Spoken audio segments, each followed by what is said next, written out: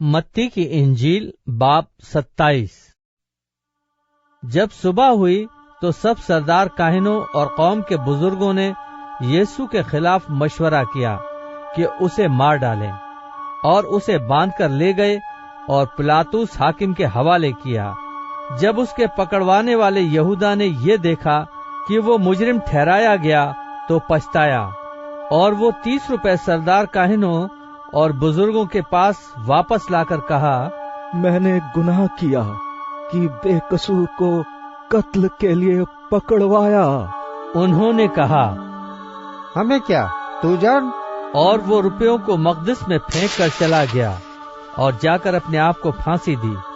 सरदार काहिनों ने रुपए लेकर कहा, इनको हैकल के खजाने में डालना रवा नहीं, क्योंकि ये खून की कीमत है। बस उन्होंने मशवरा करके उन रुपयों से कुम्हार का खेत परदेशियों के दफन करने के लिए खरीदा। इस सबब से वो खेत आज तक खून का खेत कहलाता है। उस वक्त वो पूरा हुआ जो जकरिया नबी की मारिफत कहा गया था।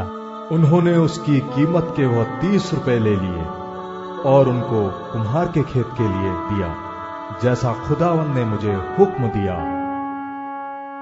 यीशु हाकिम के सामने खड़ा था और हाकिम ने उससे ये पूछा, क्या तू यहूदियों का बादशाह है? यीशु ने उससे कहा, तू खुद कहता है।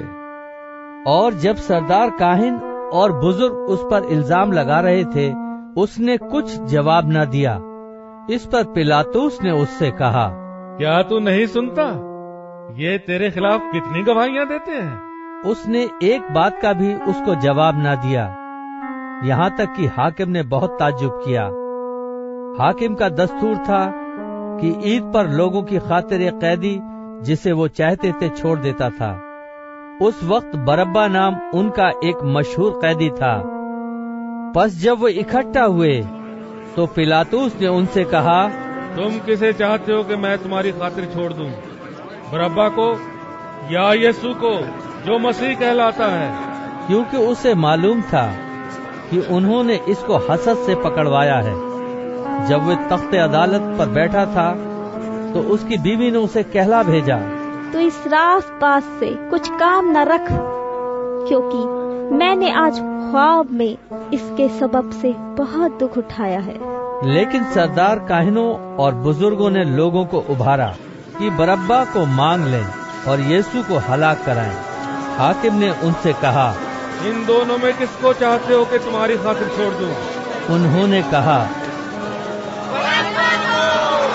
पिलातुस ने उनसे कहा, फिर यीशु को जो मसीह कहलाता है क्या करूं?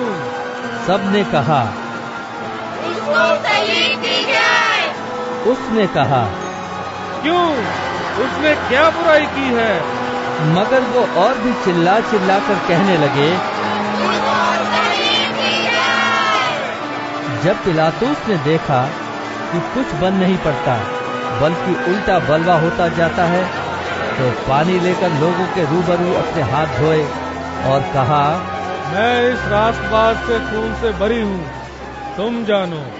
सब लोगों ने जवाब में कहा, इसका खून हमारी और हमारी औलाद की गर्दन पर। इस पर उसने बरब्बा को उनकी खातिर छोड़ दिया और यीशु को कोड़े लगवाकर हवाले किया ताकि सलीब दी जाए।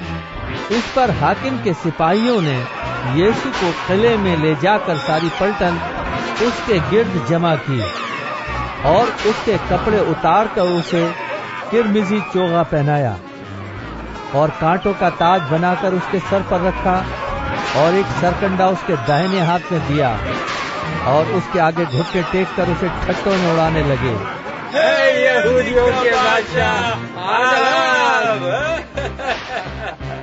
और उस पर थूका और वही सरकंडा लेकर उसके सर पर मारने लगे।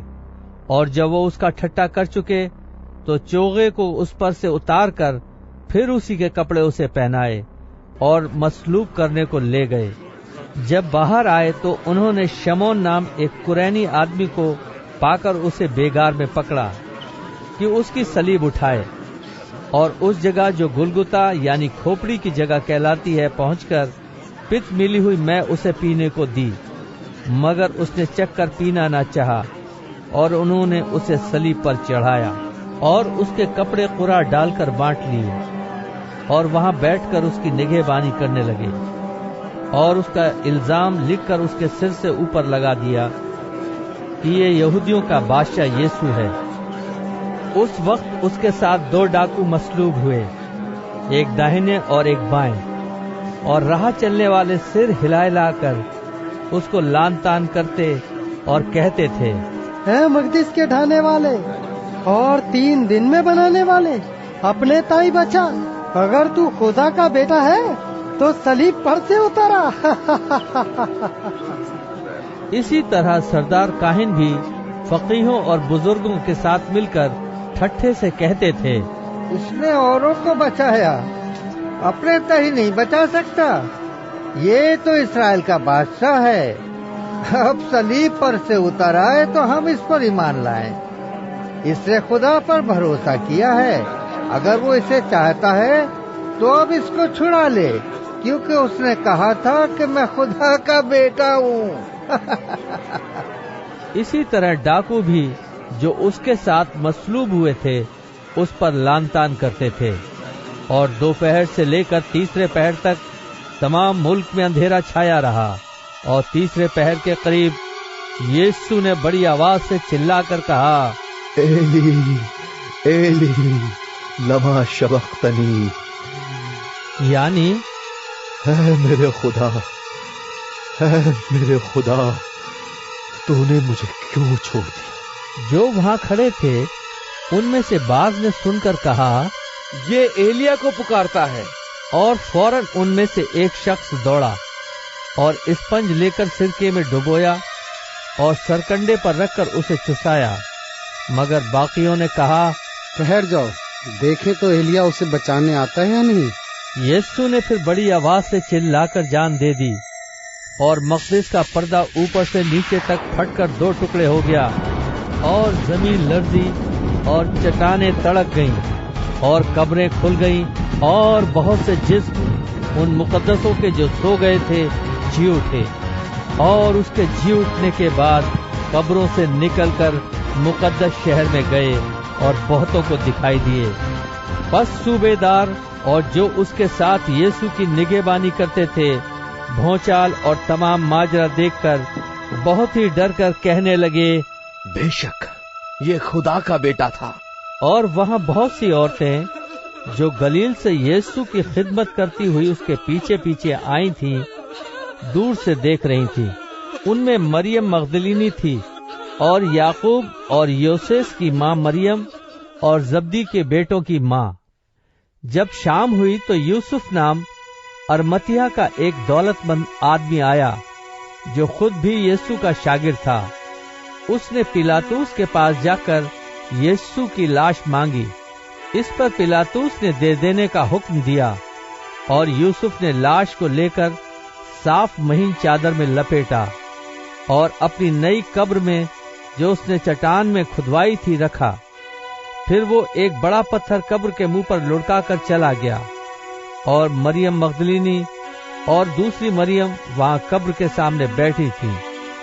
دوسرے دن جو تیاری کے بعد کا دن تھا، سردار کاہنوں اور فریسیوں نے پلاطوس کے پاس جمع ہو کر کہا، خداوند، ہمیں یاد ہے کہ اس دھوکے باز نے جیتے جی کہا تھا کہ میں 3 دن کے بعد جی اٹھوں گا، بس حکم دیں کہ 3 دن تک قبر کی نگرانی کی جائے، کہیں ایسا نہ ہو کہ اس کے شاگرد آ کر اسے چرا لے جائیں اور لوگوں سے کہہ دیں کہ وہ مردوں میں سے جی اٹھا، اور یہ پچھلا دھوکہ پہلے سے بھی برا ہو۔ پلاطوس نے ان سے کہا، تمہارے پاس پہرے والے ہیں، جاؤ، جہاں تک تم سے ہو سکے اس کی نگہبانی کرو۔ پس وہ پہرے والوں کو ساتھ لے کر گئے اور پتھر پر مہر کر کے قبر کی نگہبانی کی۔